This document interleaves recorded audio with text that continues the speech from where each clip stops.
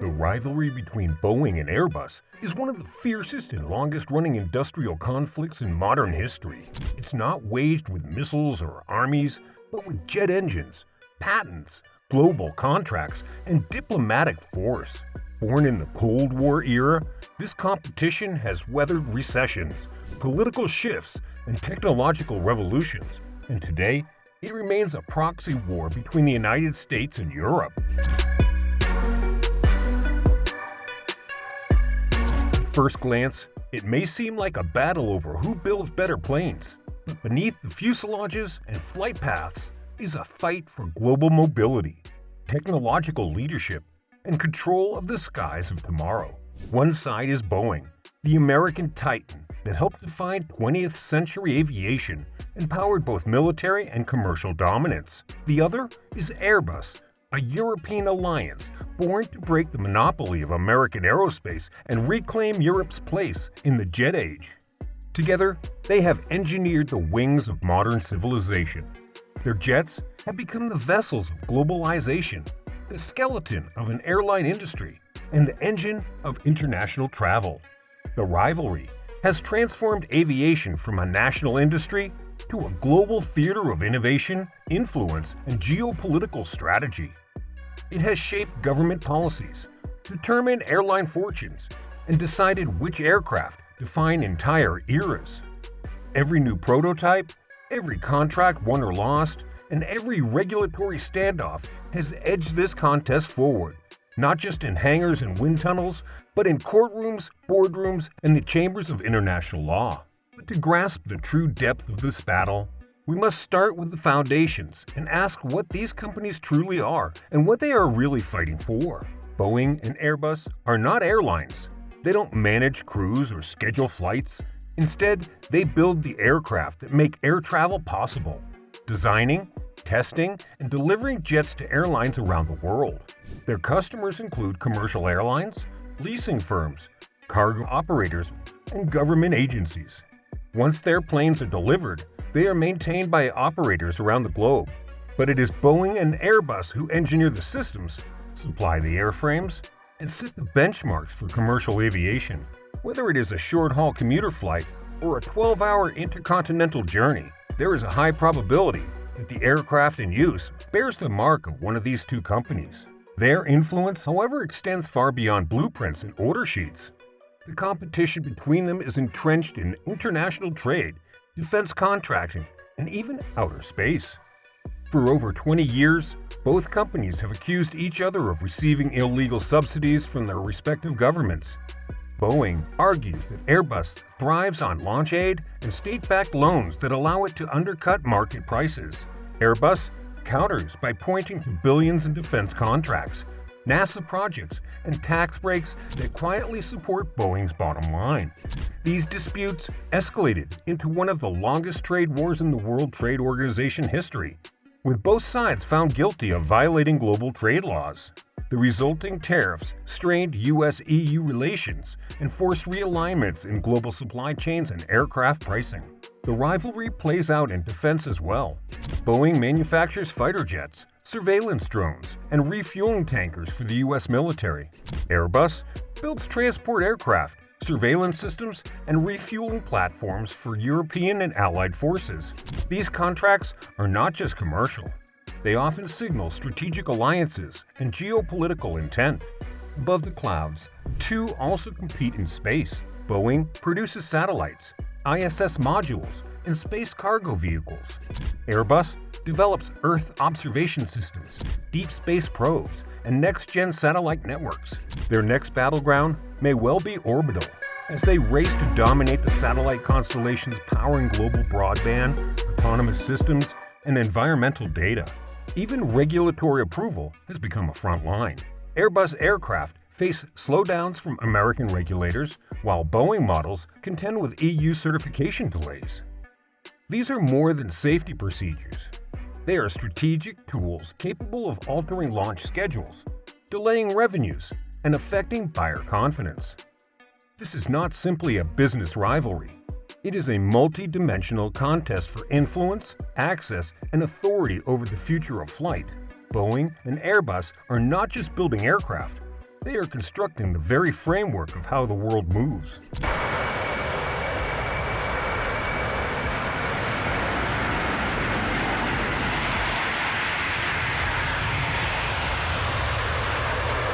Boeing's story began in 1916 in Seattle, where William E. Boeing, a timber magnate captivated by aviation, founded a company that would help define the century. From mail planes to bombers, Boeing quickly became central to America's military and commercial ascent.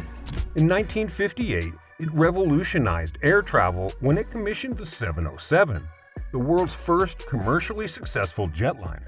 With that one jetliner, Boeing cemented its place as the leader of global aviation. Plane droves.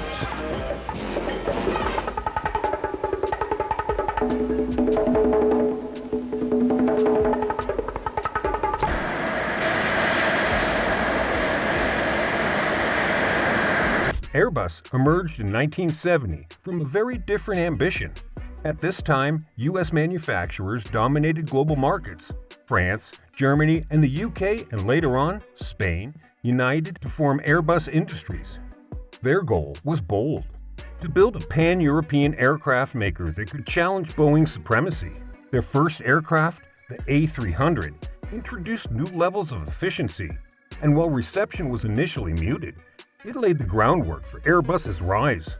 By the 1990s, Airbus had launched the A320, the A330, and the A340, each blending cutting-edge digital flight systems and fuel-efficient design.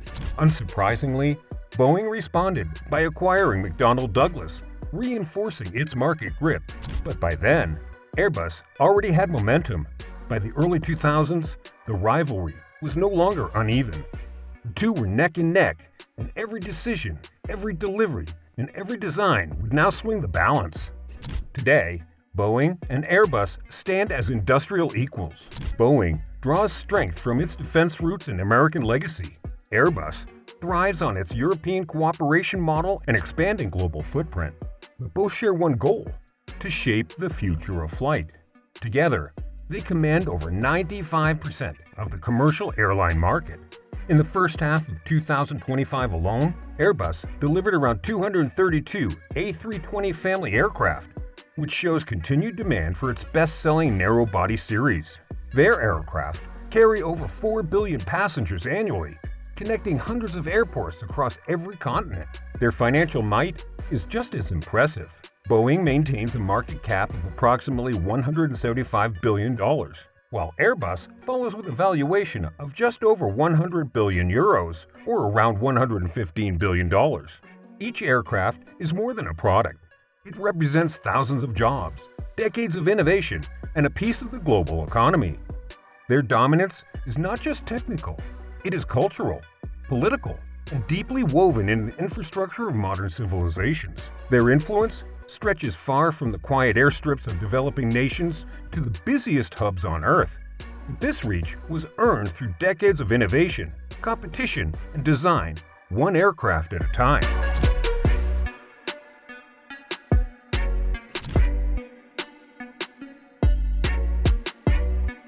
The first major clash came in the 1970s. Boeing had already set the standard with the 707 and the versatile 727, while the newly formed Airbus entered the field with the A300, a wide-body, twin-engine jet that prioritized fuel efficiency. Boeing responded with confidence, relying on its dominance and dismissing Airbus as an experiment. But the A300 gained traction in Asia and Europe, signaling that a challenge had arrived.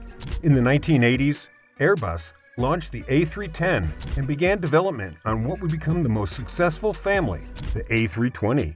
Introduced in 1988, the A320 featured revolutionary fly-by-wire controls and a digital cockpit, offering airlines operational efficiency and pilots cross-type training advantages. Boeing, still strong with the 737 and 757, did not match those innovations immediately. The A320's early adoption gave Airbus a permanent foothold in the short-haul market. The 1990s saw wide-body expansion. Airbus released the A330 and A340, capturing mid- to long-range routes, while Boeing refined its twin-engine 767 and prepared for the next leap, the 777. This long-range, high-capacity aircraft became a favorite among airlines for intercontinental routes and solidified Boeing's strength in wide-body aviation. Then came the super jumbo era. In 2005, Airbus unveiled the A380, the largest passenger aircraft ever built, designed to carry over 800 people in an all-economy configuration. Being countered with a different philosophy, the 747-8, a stretched and modernized version of its existing jumbo jet. But by then, the market had shifted. Airlines preferred efficiency over size. The A380, despite its engineering brilliance, struggled to find enough buyers and was eventually discontinued. Boeing's 747 followed a similar fate, albeit with more than 5 decades of service to its name. In 2010, the next major clash emerged. Boeing launched the 787 Dreamliner, a long-range, twin-aisle jet made largely from composite materials, designed for fuel savings and passenger comfort. Airbus answered with the A350XWB, an advanced wide-body jet that matched the Dreamliner's efficiency and range while offering slightly higher seating capacity. This face-off remains one of the most balanced matchups in aviation history, with both aircraft in high demand and central to their respective product strategies.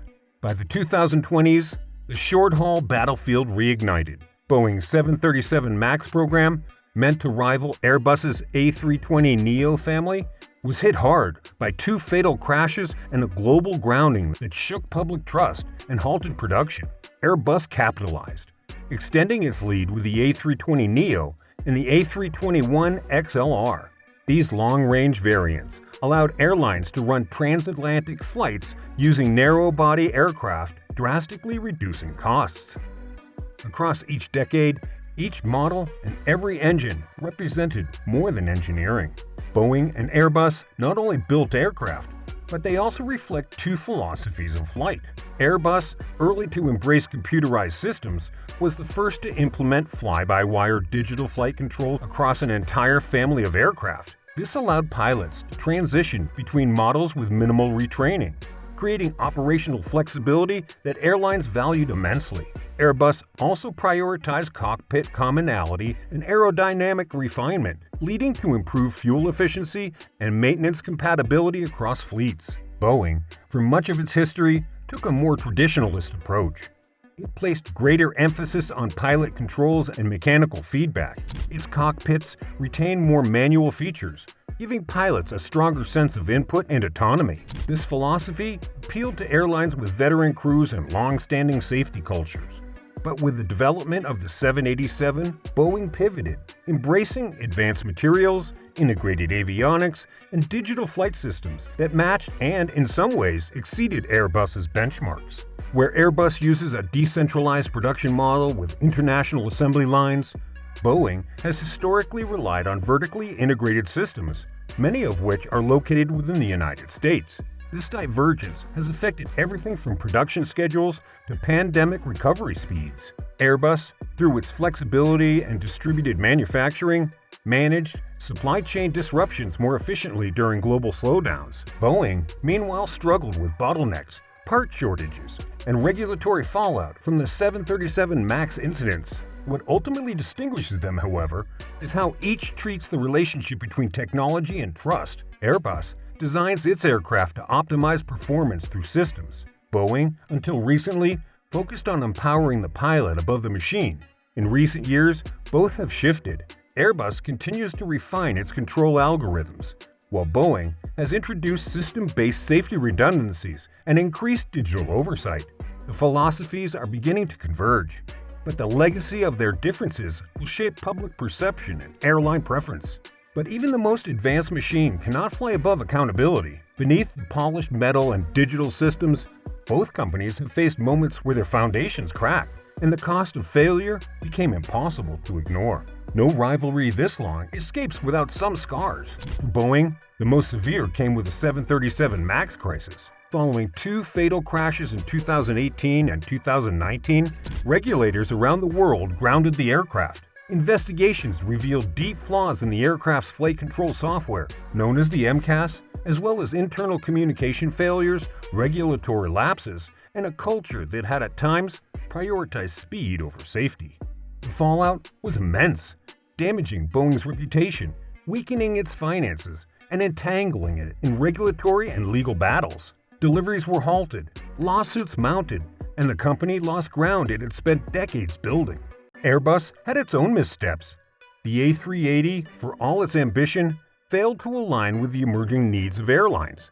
Its massive size and four-engine configuration made it costly to operate, especially as fuel prices rose and point-to-point travel replaced hub and spoke models. Though admired by passengers, it proved commercially unsustainable. Elsewhere, Airbus had faced production delays, cost overruns, and corruption allegations tied to international sales contracts. Both companies have endured periods of internal friction. Boeing's merger with McDonnell Douglas in 1997 introduced cultural tensions between engineering and executive leadership. Critics argue that the shift toward financial performance and shareholder value came at the expense of design discipline. Airbus, operating within a web of national interests, had faced political interference, corporate restructurings, and governance complications. Despite these setbacks, both companies have recovered, if not fully, then steadily. Their crises have reshaped how regulators engage with manufacturers, how pilots are trained, and how trust is measured in aviation. Now, with their past behind them and recovery underway, a new race has begun, one that will determine who leads the skies, not by legacy, but by the ability to redefine flight for a rapidly changing planet. The next front in the Airbus-Boeing conflict will not be fought over size, range, or passenger capacity. It will be fought over emissions, energy sources, and the future of sustainable aviation. With climate change pushing the aerospace industry toward radical change, both companies are now locked in a race to develop the cleanest, quietest, and most efficient aircraft ever built. Airbus has taken the early lead. Its Zero-E concept aircraft, which features hydrogen propulsion and radically reimagined airframes, could enter service as early as 2035. It has also expanded its work in sustainable aviation fuels, electrical systems, and hybrid engines. Boeing, though, quieter in its rollout, is pursuing parallel paths, while partnering with NASA on the Sustainable Flight Demonstrator and investing in SAF research, sustainable aviation fuel, while also developing digital twin technologies to optimize aerodynamics before physical prototypes are ever built. Government regulators and the flying public are watching closely. The next generation of aircraft will not just be judged by range or revenue per seat, but by carbon output, recyclability, and long-term environmental cost. Whoever masters the green transition first may claim a kind of dominance that transcends market share because they will help define the aviation blueprint for the post-carbon world. For over 50 years, Boeing and Airbus have shaped the way the world flies, and they did it from the first wide-body jet to the near-zero emission prototype. Their rivalry has propelled progress, sparked breakthroughs, and connected humanity. But it has also exposed flaws, triggered crises, and reminded us that ambition in the sky demands discipline on the ground. The war between them is far from over, and as both companies race toward cleaner engines, smarter systems, and global sustainability, one truth remains. The skies may be shared, but the future belongs to whoever dares to lead it. This was just one chapter in the history of flight. If you want to explore the next, subscribe to Project Aerospace, where the future of the skies comes to life.